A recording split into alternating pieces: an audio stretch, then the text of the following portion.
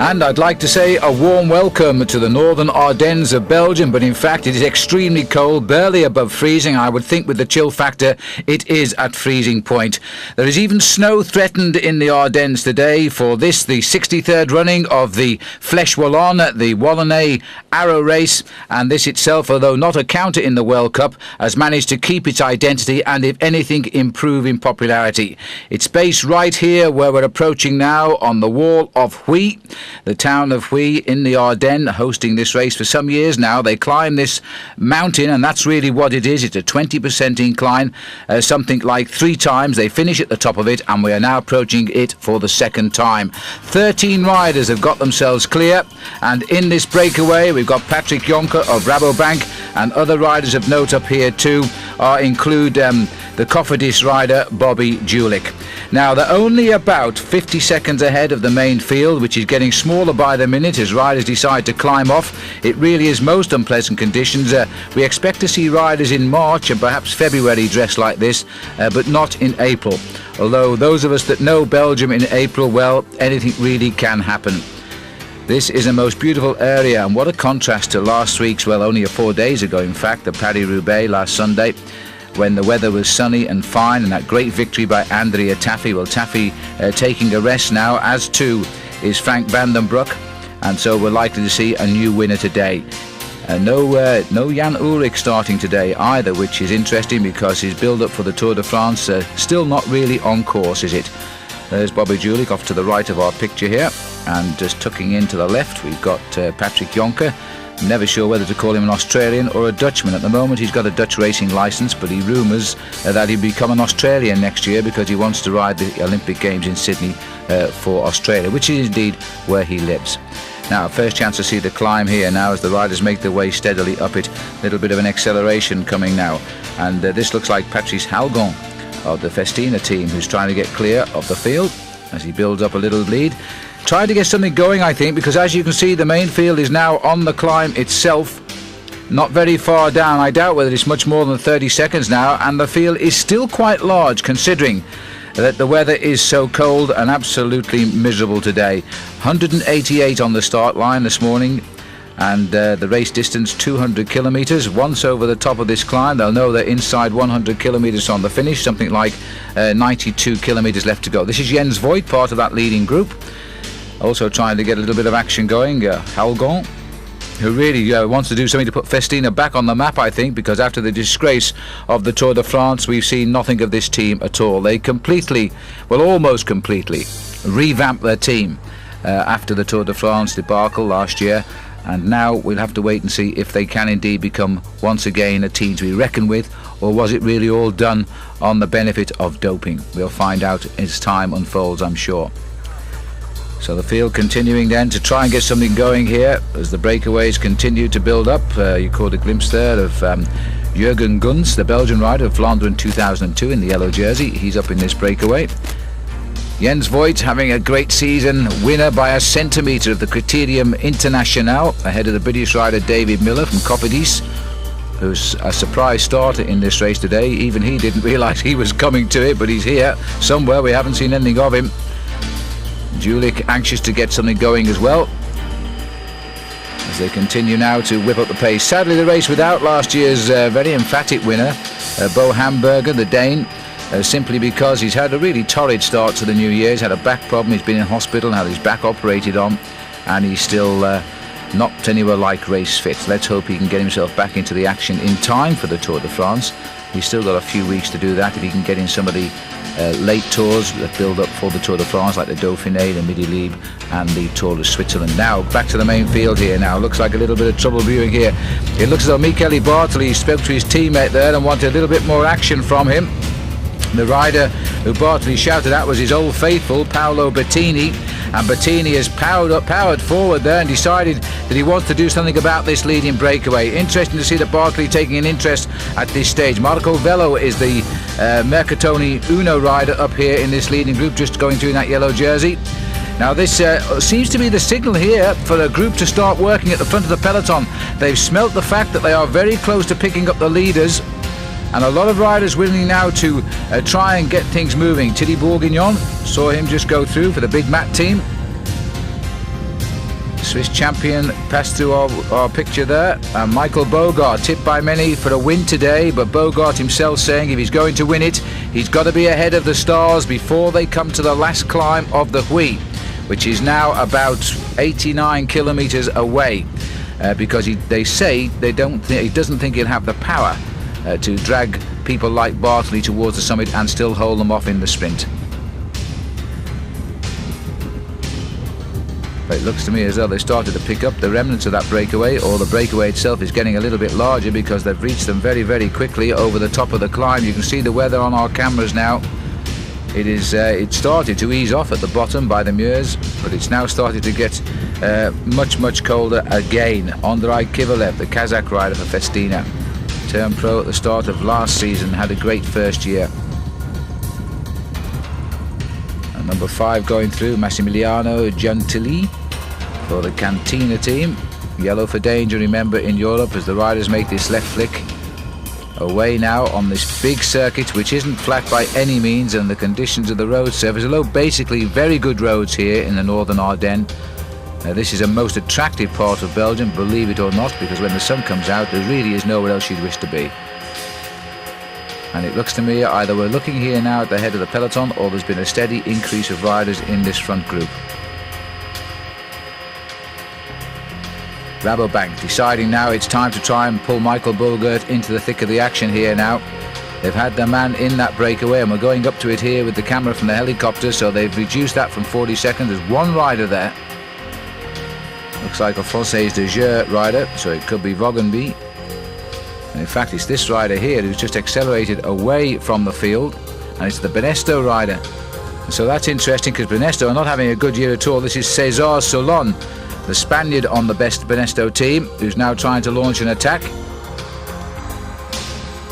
Not exactly a big man when it comes to looking at victories over the years gone by, but he looks as though he's trying to start something now for Benesto, because they've come here really not with a great team at all, but they at least are taking part in the races in the area of Belgium and France at this time of the year. The Spanish teams really don't like the spring classics in this region. The weather doesn't suit them, the road surfaces don't suit them. They're a little bit more affinity shown towards this type of race, the Fleche Wallonne, and of course the upcoming Liège-Bastogne-Liège, which is just in the weekend ahead. This used to be, and still is, in effect, the Ardennais weekend, but they used to be run Saturday and Sunday.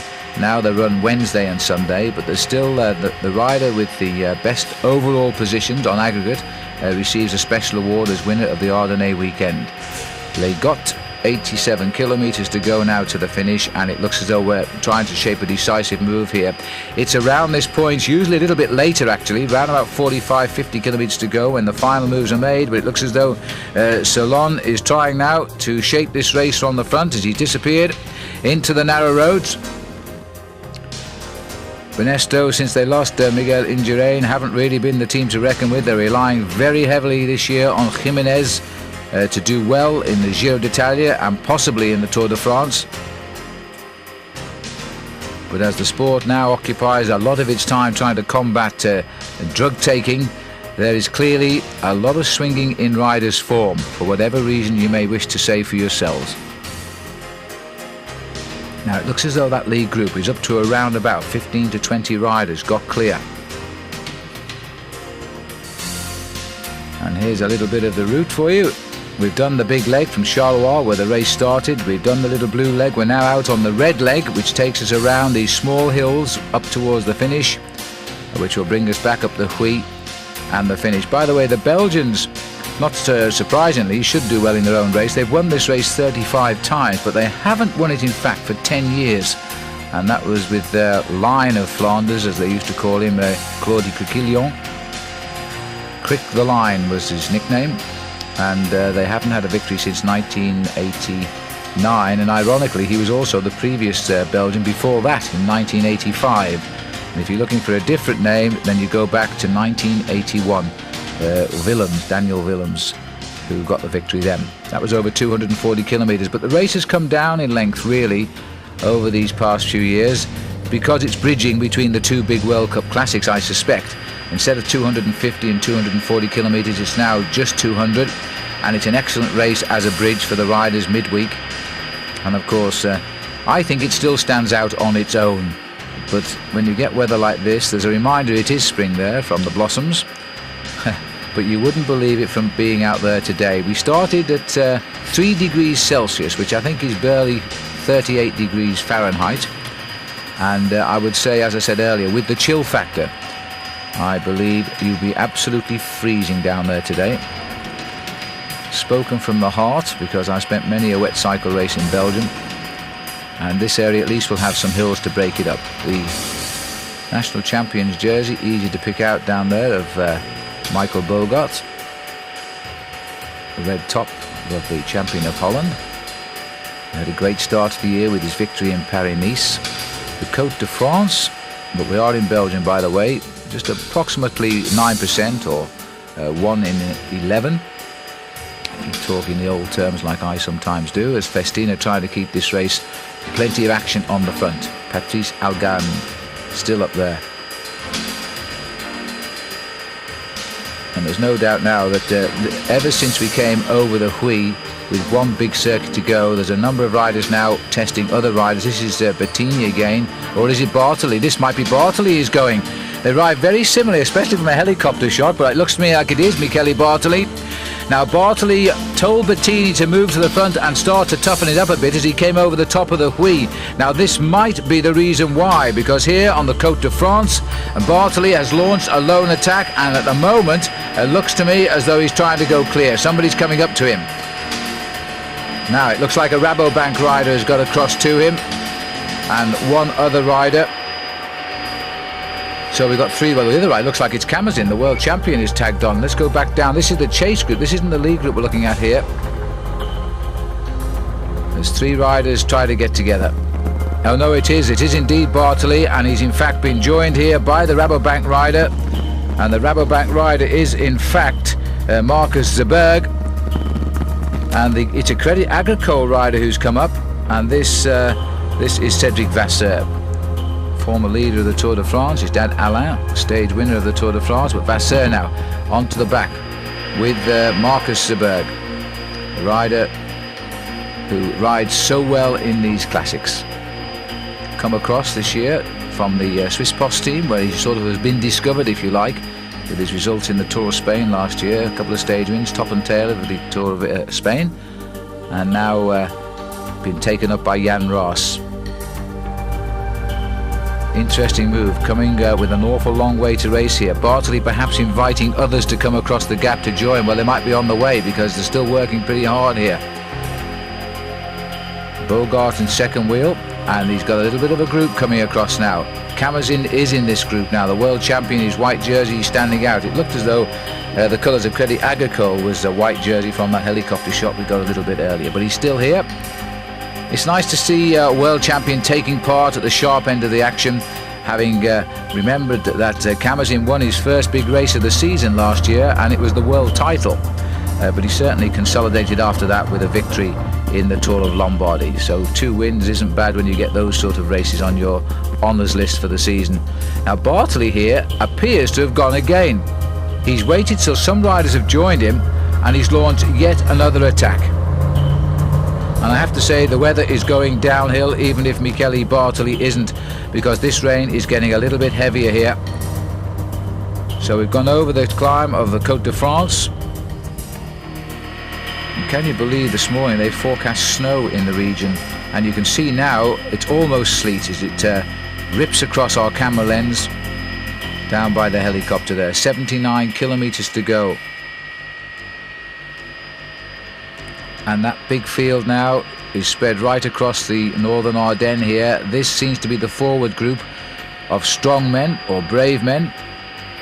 About 30 strong maybe. And you know there are flecks of snow in that rain now as the weather continues to crack wide open. But there's a group trying to get away here and rip up to this. Looks like little Massalia, who's trying now to bridge the gap as well. And Martin Den Bakker, I think it is, on his wheel. So Bartoli has gone, and these two are trying to reach him. Now these roads are twisty. They're obviously very dangerous right now because they're pretty wet. The tyres will be not too hard, I wouldn't imagine, because the riders have plenty of warning of this bad weather today before they rolled away from Charleroi. Scene of the Tour de France about 15 years ago where we had the start. 4 riders trying to get themselves all together there now. And building steadily. The Lamprey rider, Massalia, dropping back, and he's let the, I think it's Den Bakker, go forward, and he's come back to that chase group. So it is Martin Den Bakker, who says he's on his best form ever. He had a brilliant Paris-Roubaix, but a lot of bad luck. He was brought down, in fact, by Frank Vandenbroek. Just look at this rain, and there's Camazin going across now. So he's shot out of that group as Massalia went back to him, and I think it was Massalia. Camazin has decided now to try and get across to Martin Den Bakker, former Dutch champion, and see if they can pull back Bartoli. Well, there's Bartoli just there, so we're going to have 3 riders in the lead, and the gauntlet down again to anybody that wants to join them. They are attacking, remember, in what is the worst conditions of the day so far, and they're facing at the moment around about 78 kilometers to the finish, so the best part of 2 hours. It's a long time to stay out front, just 3 of you, but anyway, they've thrown the gauntlet down.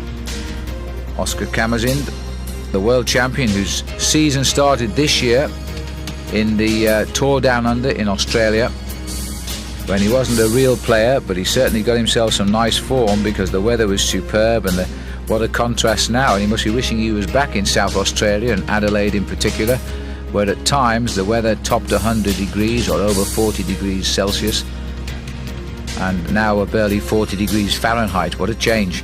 Anyway, he's got plenty of speed in those legs now as he's trying, along with Michele Bartoli and Martin Den Bakker, to establish a little gap over the field here to allow only the strong riders to cross it.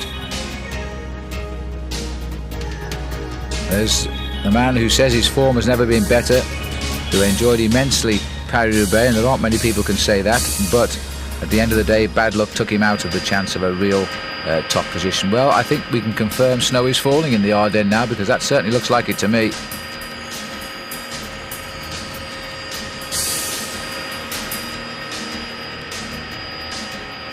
No wins for Camazin yet this year as he sits there. And he's won a total of 14 races in his career, which started only in 1996 as a pro.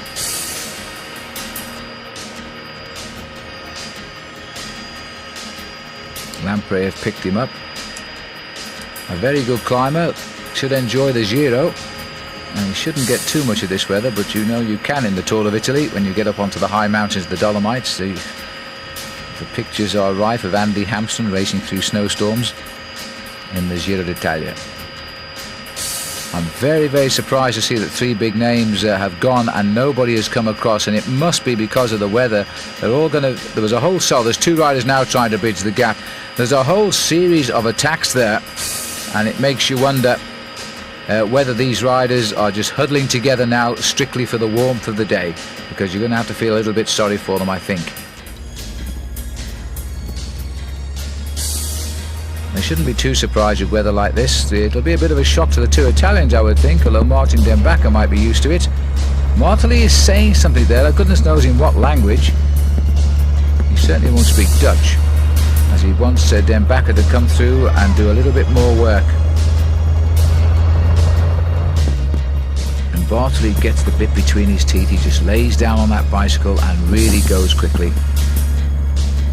Camazin doesn't seem to be enjoying. In fact, Camazin doesn't seem to be enjoying it at all. You may have caught a glimpse of his face there, the spray coming up. These are the chasers. Well, Patrice Holgon has done very well to be still in on this one, because he was in the original breakaway and he's still out in front trying to get across the gap here.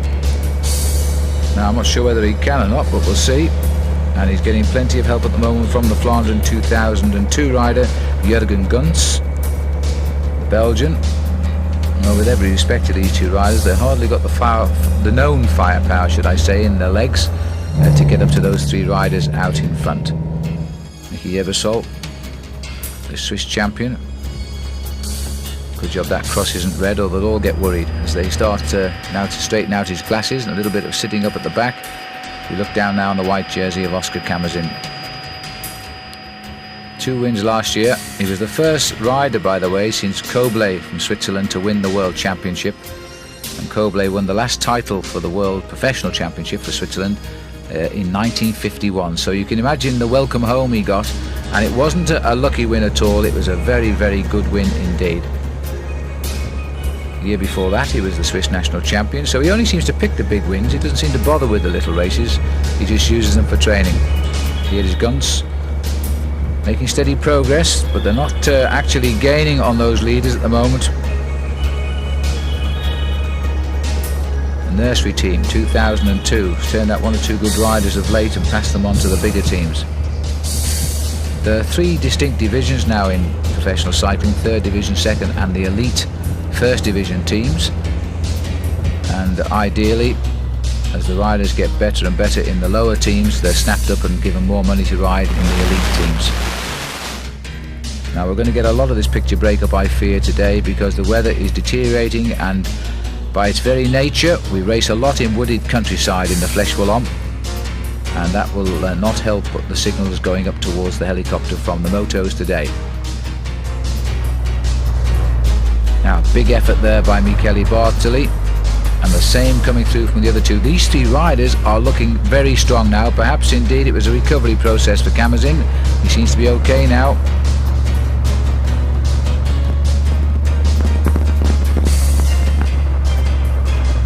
There's the situation, 1:24 already. This is an enormous gap, already going back now to Holgon and Daniel.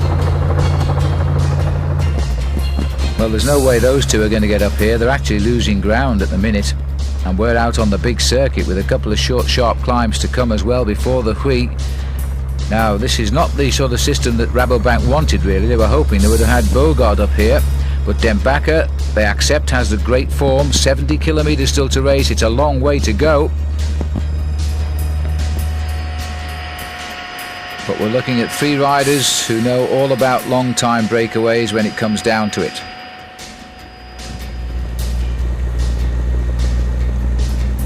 Martin Dembacker, an old hand. This is his 9th pro season, and he's now 30 years of age. So he turned pro at the ripe old age of 21, and he's only won 18 races, but he has been such a threat. I mean, the biggest disaster of his life was when his sister died, and which caused him to withdraw from the Tour de France on most sad occasion a couple of years ago. But he seems to have come back and continued to race with great determination. 67 kilometres from the finish now. He was the national champion of Holland before Michael Bulgaard took over the mantle. And one of his best results, I suspect he will tell you, was back in 1994 when he finished 2nd in the Tour de l'Avenir, which is or was on those occasions, the smaller Tour de France, the race of the future, which is what it actually means.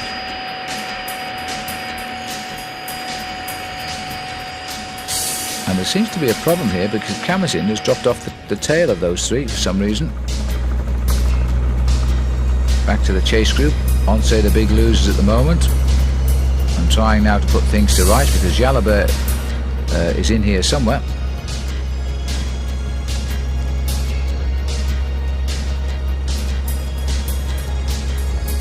And 1 or 2 riders now trying to organise a chase because it's not. It doesn't look as though there's great evidence of teammates trying to slow down the counter move here.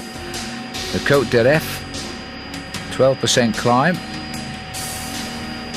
Nothing's ever greatly distanced. This is only 2.2 kilometres. The wall itself at the finish is barely a mile. It's approximately just over 3/4 actually. As Camazin's okay, he's back with the group here and setting on the pace on the Côte de Ref.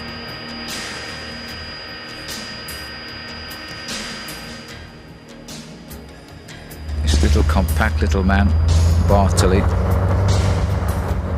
Well, the Côte de Ref is about 60 kilometres from the finish when they get over the top of it. Bartley with his long fingered gloves on. Surprising, he hasn't got leg warmers on, but sometimes it's most unpleasant to have wet legs as well. Camazin dropping back to have a word with his manager, who I'm sure is delighted to see that their world champion is starting to feature a little bit earlier than last year, when he wasn't, of course, the world champion. But he's now having to take on the mantle of being a star, and when you pull on the rainbow jersey, well, I guess you feel as though you should be in the action, because after all you are the top dog. Bartoli, world number 1. Camazin, because of his 2 victories last year, which were exceptional, is now world number 7. Further down the Côte de Ref here, and the Oncé boys trying to get something going.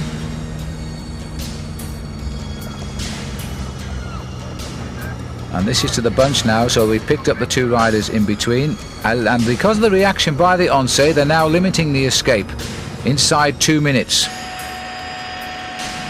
Bartoli getting a bit of food out of his back pocket and just making sure nothing's going to go wrong in what remains in about the last 37 miles to go to the finish. Well, it's gone up again now, and it's going up as we look at the clock.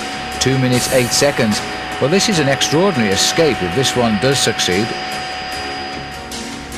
Nobody assisting Oncé. One of Bartoli's teammates got himself in on the action there right now to try and interfere with the pace. I think in fact 2 of the Mappé boys have got themselves up there. And little flurries of snow still falling here in the Ardennes.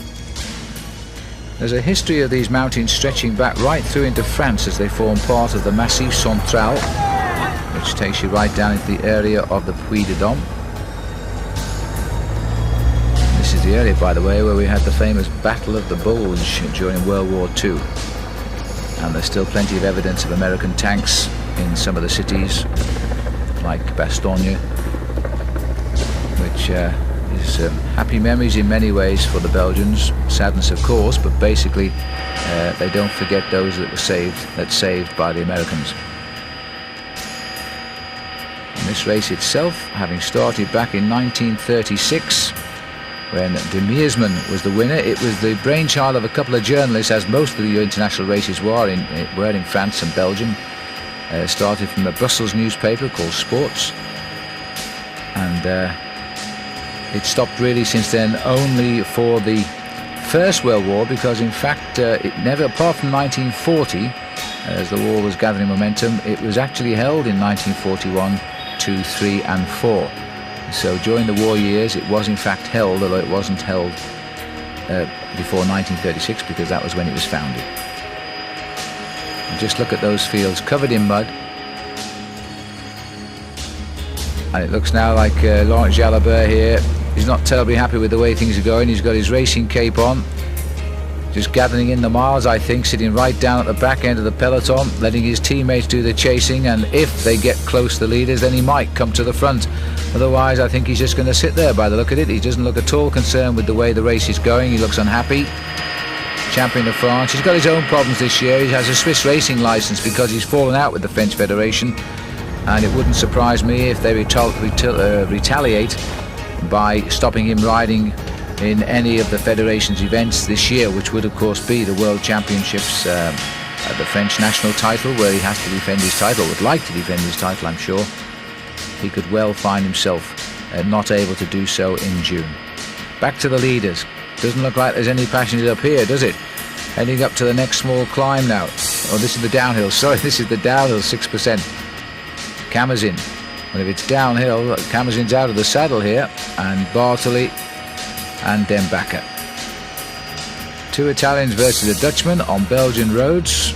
And the Belgians are beginning to lose their grip on the Fleche Wallonne over the years, because it had a whole variety of different winners.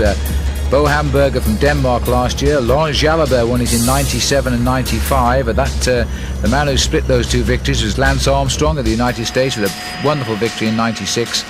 And then we had the Italians, Argentine, Fondriest, Furlan.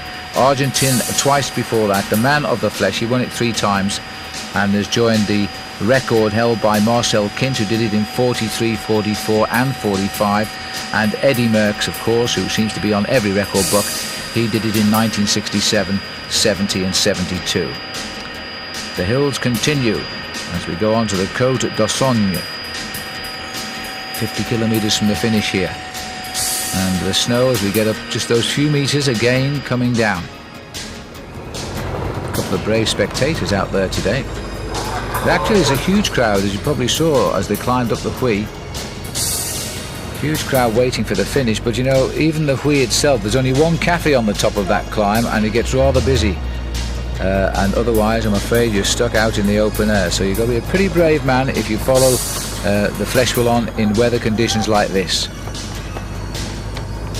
The actual town of Huy, which is on the River Meuse, a river which if you just stay on the banks of it you'll go directly into Holland, it's only literally down the road, is a lovely little town, as many of these spa towns are in the area.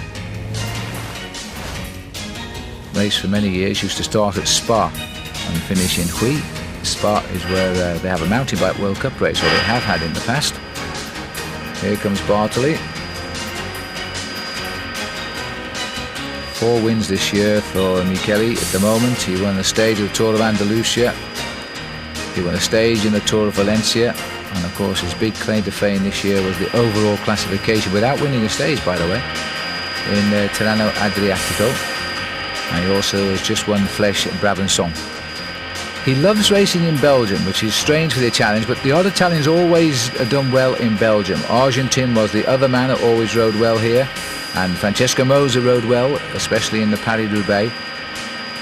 And Fondriest, who actually rode for the Dutch team Panasonic, he used to ride well before he had his back problems in the Belgian area and in the French zones. Because most Italians really don't like coming out of Italy. But I think that trend is changing now. Mind you, having seen the weather today, they might want to go back. And I can't blame them for that.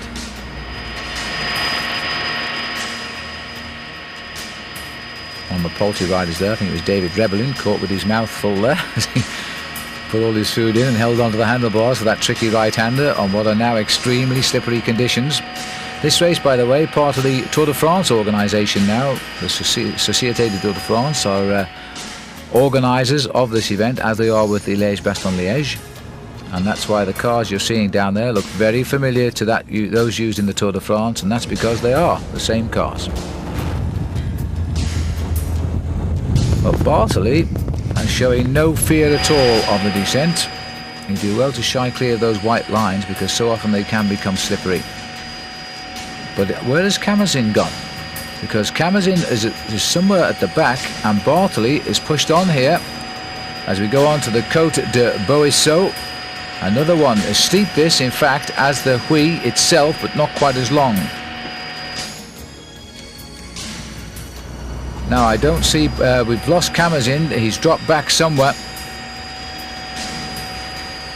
And that doesn't all well, leaving just 2 rides, but at the moment the gap is up and continues to be up. Here's Michael Bogart, still trying very hard to do something. He's in a little bit of a compromised position now because of his man up front. He knows that Dembaka is on form. He knows that probably he could win this race, although Bartoli is the big worry for everybody here. As these riders now looking a little bit grim-faced, aren't they, on the climb? This is when it's not such a glorious thing to be a professional bike rider, but these races have to be completed. And let's hope that they don't find themselves in 10 days' time getting a sore throat and all the usual things that follow for a few weeks. What a bleak picture that is. Could be the World Cyclo-Cross Championship right now. But instead it's Michele Bartoli. Continues on. 39 wins as a professional. Bartoli turned pro in the August of 1992. And he's now just 29 years of age, and he's only 24 kilometres from the finish. Almost a kilometre for each year. Now there's a counter-attack coming off the bottom here. This is the Lotto team. And Mario Ertz. Long, tall Mario, who is developing into quite a good bike rider, is Mario Ertz. And he's got Bogart with him. Now this is an interesting move here. Bogart could have a free lift up to the front if it could work out. Here's Kamazin, and he seems to be in no man's land. Now, Bogart may well be approaching Kamazin along with Ertz. From what I can understand from the cars here, Kamazin has dropped back because he could not undo the zip or something on his World Championship jersey, and he wanted to zip the neck up. He's changed his jersey, in fact, so maybe we'll see that if we can get a glimpse before it gets too dirty. But I'll tell you what, if he dropped back just for something like that and not through fatigue, and he's been joined here by these two now, then I would think that Dembaka and Bartley will not be his favourite riders after today, because that's not really the sporting thing to do. The riders do not attack riders who are just doing something like taking a drink or a natural break or whatever, but or a puncture. They usually allow them to come back. But in fact, maybe Kamazin can get back up there now because he's been joined by Mario Ertz and Martin Dembaka. Atrocious conditions. And 3 minutes 20, so Kamazin went back big time, didn't he? But it's not that far back, in fact, to the main field. What's left of it, about 30 riders coming up at 3:45. We've gone back to the two leaders here. I hope we'll get to see them through to the finish, because our camera lens is getting a little bit covered in snow or sleet just now. As the race continues to tumble down towards the finish, we've got just a small climb of the Côte d'Ain to come, which is 11 kilometres from the finish. Then we drop down to the banks of the Meuse, cross over the Meuse, and then we're up onto the Mur de Huy. Bartley here churning a big gear now, whereas a little bit more gentle pedalling, a bit more souplesse coming from Martin Dembaka. Mario Ertz, who we've just seen on the counter-attack, he's a typical man that's moving through the ranks in the nursery team of Flandre in 2002. That's where he started. He's only been a pro, this is his third season as a pro. He's trying to come up now with Michael Bogart and Kamazin. There's the Meuse. And we're 14, nearly 15 kilometres from the finish. Looks rather pristine, neat and tidy, doesn't it? Which carries all the barges which ply between Belgium, France, Germany and Holland. Surprisingly quiet today. I don't even think that one's moving. Probably the weather depressing just about everybody. On the smooth highways now, as the riders race down towards the finishing line. Still these two in the lead. Took a big gamble today, but Bartley must have felt something, because when he signalled Bettini to start the pace, start sharpening up the pace, then I think he was saying to himself, I'm going to have a go. And it looks to me as though he got something going there. And well done to Dembaka and Kamazin, who spotted it. And I think it's rather unfortunate that Kamazin is not still here. But look at this now, as Bartley is just testing now Dembaka to see how he's going, because the climb of the Puy could well decide it, and I would say will decide it right now. Dembaka not putting so much into it now. Maybe he's struggling just that little bit.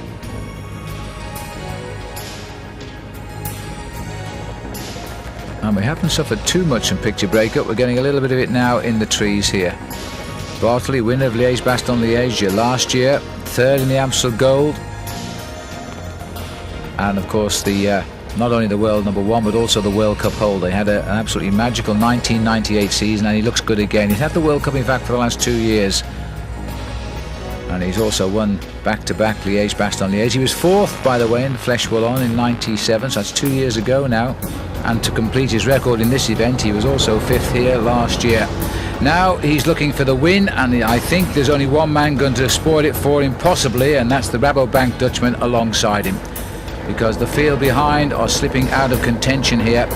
Preoccupied now in the minor placings. We're not very far from the finish, and these two are throwing it around a little bit together. Rabobank starting to fight their way in to what is becoming for them one of the best early seasons, I think, since the team was formed. And of course, this is the team which is the elite section of what is a real cycling team. It spreads right down to the schoolgoers and young cyclists coming through. It's a complete cycling sponsorship, the Rabobank team in Holland, and very popular it is too. And they're not very far away. Just across the border is the main base for them, over by Maastricht, which is only a drive of maybe half an hour or so, depending on the traffic, of course. And it looks as though Den Bakker has an earpiece there, so he'll be getting all the information. He'll know what the chase is like behind, if there is such a thing right now. They are freezing cold, these riders, although it doesn't show here on the face of Michele Bartoli. But he's got a clean pair of gloves on there, which indicates to me he's been to the car. We didn't see him go, and he's changed his gloves for the damp, sodden ones because they were black from memory at the start of the race, so he's changed his gloves, so don't blame him either. That's one advantage of being a top professional. At least you can go back and do the best that you can in the situation. They're really struggling now just to keep this pace high. Those leg muscles must be absolutely freezing here, and just getting in and out of the saddle will help rather than sit in the same position and slowly get cold. I bet Bartley thought he'd done away with his long sleeve jerseys this year, so too the Rabobank rider as well. No further time checks coming, but the gap is still up at the minute, and it's still around about 2.5, 2 3/4 minutes over the chase group, who are not very far ahead, in fact, of what's left of the main field. Marty Jemison's in that main field. I think he's the only US postal rider left in it. Well, there's the weather, as if we needed reminding. It's now 3 degrees, as I told you earlier. Very light winds indeed, coming in from the north. But frankly, it's not the wind they're worried about. It's the way that cold and very wet and damp rain is soaking through those arms. They're on the way down towards Huy now, and once they get down there, then they'll be heading up towards the wall. The race returning to its start in Charleroi this time, for the first time for many, many years, in fact. Becchia of Italy won the last race that went to Charleroi to Spa, which is where the race went to start from 1986 in the town of Spa. But 1982 was the last time the race made its start from Charleroi. And Charleroi, which is Belgium's 5th largest city, by the way, has always played its part in this event. And in 1948 through to 1959, it was the start town. Then it became the finishing town. I thought you'd like this little bit of a history lesson. Finishing town in 1960 through to 1964. So it's always been part of the Fleche. And these two riders, a Dutchman and an Italian, and I would think a very irate and upset Oscar Camazin from Switzerland. Now that's a point earlier. I think I called them both Italian, so I hope you spotted that, because I didn't. But I just realised I called Camazin an Italian because of his Italian sponsor, but of course he's not, he's Swiss. The drab and dreary fields of the Ardennes. Wonderful cycling country when the sun comes out. Absolutely superb for cycle touring. Some of the beautiful sights, the towns.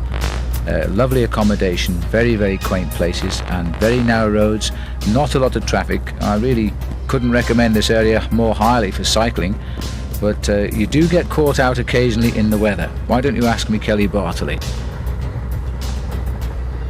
But this man, this is one race he hasn't got on his honours list over the years, and he's done most of them.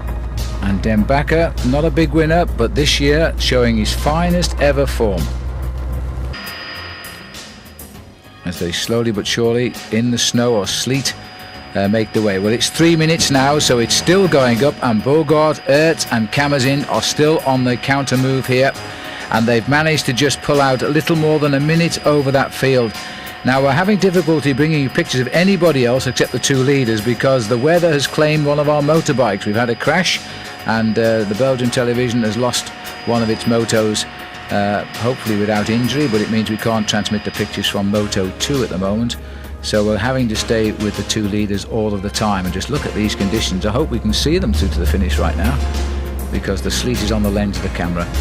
And this is when I fully admire too, not just the bike riders, but the moto pilots and the very brave cameramen, who will not stop looking through that little tiny lens and swiveling around on the back of that motorbike to make sure we get the pictures as clear as he can possibly give them to us, while at the same time caring little, it seems, about his own well-being.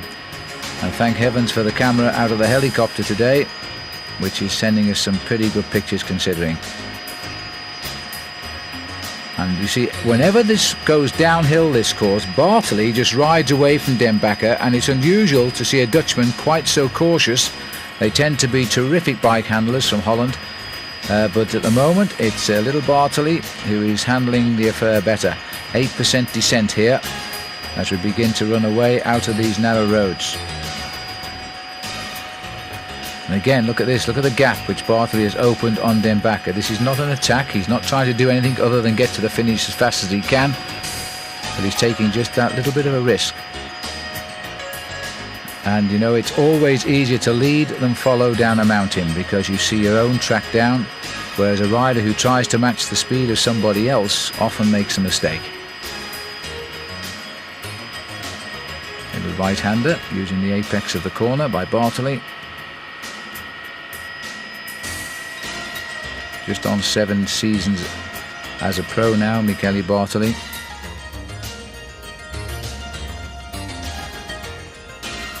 Running out of the woods now, away. It will soon be on the bottom of the valley road. This is the tight turn which will take us down onto the main road. Bartley continuing to accelerate out of those corners, and Den Bakker having to use that little bit more energy to close the gap. He can never allow Bartley any length at all here. He's got to jump on him. Just 3 miles from the finish now, so we'll be on the bottom briefly into the town of Huy. The last mile is all uphill. There's the main road, such as it is. All the traffic, of course, is not allowed on it today for the arrival of the Fleche. And now Den Bakker will say, well, it's all or nothing now. Just the one climb lies ahead. It's virtually downhill into the town of Huy. Bartley in that beautiful time trial position. He looks such a nice, neat, compact rider. And these two are going to be so pleased to see the finish. Big legs there of the 1996 Dutch champion before Michael Bogart took over for a couple of years.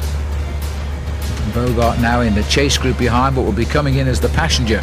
I wonder if he'll be able to snatch third on the line, because he's going to be involved in a sprint, I would think, between Mario Ertz and Oscar Camazin. Ertz now part of the Lotto team, having moved across from the Nursery Flandre in 2002. A lot of people talking about young Ertz as a real star of the future, and Belgium, as we know, seem to have found one with Frank van den Broek after his great ride in his first Paris-Roubaix in the 7th. And he's also been intruding in the other big races this year as well. He just needs to stop falling off quite so frequently, I think, and then he should get some good results. Not that he hasn't got quite a few already, by the way. Outskirts of Huy here now as the riders run down by the Meuse. This has been an incredible attack, whatever you think, in conditions like this. I'm just wondering, though, the wiseness of such a long sortie by Michele Bartley and Den Bakker, and of course Camazin, who's still ahead of the field with the upcoming Liège-Bastogne-Liège, and this man is the winner of that race for the past 2 years. Just how much energy is he thrown into this today, especially in the cold conditions, which must make him very tired. 2 hours in the front, and never looked to be slackening in the pace. He's always looked good, and this is the one race he's, well, not the one, but one of the big classic races he's never won, although he's been challenging with a 4th and a 5th in the past. Into the streets of Huy now, and then we'll flick up the climb. Slight slowing of the pace now, because Bartley knows the way up the Huy, so does Den Bakker, and I think with 1.2 kilometres to go to the finish, they'll be on the climb. This is really the start of the climb, although it's not significant, just for a few minutes before they start the actual climb up the wall itself. And it really is a formidable climb, believe me. If you ever get the chance to go to Huy, try walking up the wall, and when you come round the corner and see just how steep it is, you'll be amazed. Kilometre to go. Well, it would be just over a minute of cycling if it wasn't uphill. But right now, Den Bakker is going to have to work out what to do here. That's why he looked over his shoulder, just to make sure nobody's coming. He knows the odds against him winning this are pretty slim, but if he can just land it right, he might get one over on Bartley. The Dutch have only had one victory in this race, by the way, and that was Joop Zoetemelk back in 1976 when it was over 227 kilometres, and it was raced between Verviers and Verviers, all in the Ardennes, all the towns around. This is the start of the climb now. It gets steeper just around the corner as we flick right and then sharp left. The crowd, the very brave crowd, who got absolutely soaked today watching this race, which has been run over nearly 5 hours. It's a good idea to make sure the brakes aren't catching, I would think, Martin, as you start the climb. Bartoli just staying out of the saddle, almost tempting the Dutchman to come alongside him. Look at the difference in the build of these two riders. The little lithe figure of Bartoli and the rather much bigger man from Holland. It's all that cheese, probably. Now this is the right before we take the hairpin left, and it's not just a steep bit in the middle, but it's a nasty little drag out towards the line over the top, where you've really got to hold on to your power output. Bartoli looking good, sitting in the saddle. This is the sharp left turn, the Italian flag flying on the left of the road there. The American flag, well, the best American in the race right now is Marty Jemison, and he's in that chase group at round about 4 minutes. Now this is where you normally start the attack, and it's who lasts longest survives to win in this case. Oh, and the motorbike behind almost lost it as well, but they've recovered. We almost had no moto cameras. Bartoli shoulder to shoulder. These two gentlemen are going to let strength decide the winner of the Fleche, because they're going to go up side by side. Neither is hidden in the slipstream of the other. They've shared the pace for 2 hours. There's the Dutch flag as well, and now Bartoli goes, and there's not a lot of reaction from Den Bakker. I think he'd already conceded. The Belgian police watch him passively because there's no Belgian here today, but look at the acceleration of this man. Now, is this the start of the weekend double, which isn't the weekend at all now, but even so, the man that's won Liège-Bastogne-Liège for the last 2 years, can he make it 3, and this time couple it up with his victory in the Fleche Wallonne? Because Michele Bartoli has made his effort, he's got the gap, now the legs must be absolutely screaming, and he's got to hang on just that little bit longer. Sat in the saddle, dropped it up a gear, found some more acceleration. This is everything now. And Bartoli drives up to the finish, just like his Italian compatriots Fondriest and Argentine and Furlan have done in the years gone by. This time it's Michele Bartoli, who's about to convert his 5th of last year, his 4th of the year before, into a win this time. A massive crowd here on the climb as well. They brave the conditions to appreciate what has been a real show of attacking cycling today by these three, and I say three because it's really bad luck on Oscar Camazin, who is still to finish. Now this is when it's really hurting Bartoli, but unfortunately for Den Bakker it's also hurting him, and there's not a lot left. And in fact Michele has found a little bit more of acceleration there as the gap opens right out. Look at the face of Martin Den Bakker. He's still nonetheless celebrating his best season as Michele Bartoli continues a great year for him. This will be his 5th win of the year, and probably the best in Fleche Wallonne. A good average speed too of 40.3, nowhere near the record by the way. A couple of kilometres an hour short of that, but in these conditions who cares. Martin Den Bakker gets over the line in 2nd place. The clock has ticked by 14 seconds. So they are in, and now it'll be a while. Further down then on the climb itself, it looks as though Mario Ertz, this long, tall, lanky Belgian, is going to give the home crowd something to shout about here. They spotted the Lotto colours as they cheered him on now away from Oscar Camazin and Michael Bogert. They're the other two riders. There's Camazin. So Camazin's done well. He's going to hang on for 4th. Where's Bogart? There he is. Bogart, the champion of Holland, continues the season which got him a victory in Paris-Nice this year. He's still up in the thick of it now as we come towards the end of April. But this will be the best result for this Lotto rider, and Jean-Luc Vandenbroek, the manager and general director of Lotto, will be pretty pleased that he's found another man now to add to his stable. André Schmil, of course, is the man for the different types of classics like Paris-Roubaix, Tour of Flanders. Now he's got a man who appears to be able to be strong enough in the climbs as well. So Mario Ertz comes clear. In fact, the clock is just coming up 3 minutes now, so it's a big gap to these three, and the main field is on the climb as well, so they weren't that far ahead. Camazin, the world champion, has now shown his form. He looks as though he's on course for a good Giro d'Italia. And Michael Bogert, certainly no disgrace to the tricolour jersey of champion of Holland at all. But Ertz is the man today, outside of Michele Bartoli in this terrible weather. Some would say very Belgian, and he should ride well in these conditions, because when I lived in Belgium it rained every day like this for 6 weeks. But you get used to it. As Mario Ertz comes up towards the summit, he will get third place today. The world champion, 2 victories under his belt from last year, the Tour of Lombardy and the world title, Oscar Camazin, now heading up towards what will be 4th place. There's the clock coming up 3 minutes, and it's going to be even over that on the line. It's going to be 3:05.6 probably. And then Oscar Camazin joins him just a little bit further back at around 3:12. And then comes Michael Bogert, so it'll be 5th for the Rabobank champion. And the chase behind is close, because this is Udo Boltz here, the ever reliable telecom man, who's leading the rest. Marco Velo from Mercatoni Uno. Koos Moerenhout is also there from Rabobank. Rabobank had a good day out today. They're going to get 3 men in the top 10 finishers. Bogert gets the line just ahead of Udo Boltz. And then Marco Velo, the name I think every cyclist would love to have, he gets over the line in 7th place today for Mercatoni Uno. Pantani, by the way, not riding today. You may have guessed that. Jens Voigt is the rider for Credit Agricole, and they're going to continue to come over the line here one by one. Seiko have put in Paolo Salvadelli there, just passing through the screen. He'll have passed over about 10th. Benesto looking at his watch, that is Mansabo. Gianni Farazin from the Mappe boys.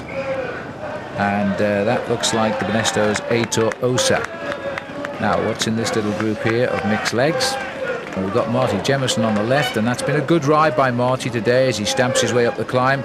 He's going to get a top 20 finish here, and that's going to say a lot for Marty. Andrea Noah and David Rebellin are going away. Marty, just look at the face on Marty Jemison here. This has been a terrible day. If anything, these are the worst conditions right now at the finish as they continue to zigzag their way up. Jörg Jatske is the telecom rider in that little group. As Rebellin comes up to the line here, Andrea Noah and Marty Jemison crossing the line now as the clock tells us. You can't see it, but I can, just short of 4 minutes. There we are, 4:48. So that's a very, very good ride indeed. US Postal are also shaping up for a great season. There's the result though, a very emphatic win for Michele Bartoli from Martin Den Bakker, the 2 partners in crime today. They left behind Oscar Camazin, there'll be talk about that, but the rest of them all came in over the next 5 minutes. This was the shoulder-to-shoulder battle between 2 gentlemen professionals who'd ridden the last 2 hours of the race together. They chose to just ride side by side and made a best man win. And on this occasion, there was no doubt that was the Italian Michele Bartoli, before a crowd who actually love Bartoli racing in this part of the world because he is such a popular bike rider. They won't be at all unhappy it wasn't the Belgian first to the top of the Mur de Huy today, and just inside 5 minutes. So Michele gets his first Fleche Wallonne trophy. Now, can he make it an Ardennais double by winning Liège-Bastogne-Liège for the 3rd time? And just before I go, don't forget, visit us on our website. Lots of interesting things for you to view there. The address is www.worldcycling.com. Until the next time, this is Phil Liggett saying goodbye to you all.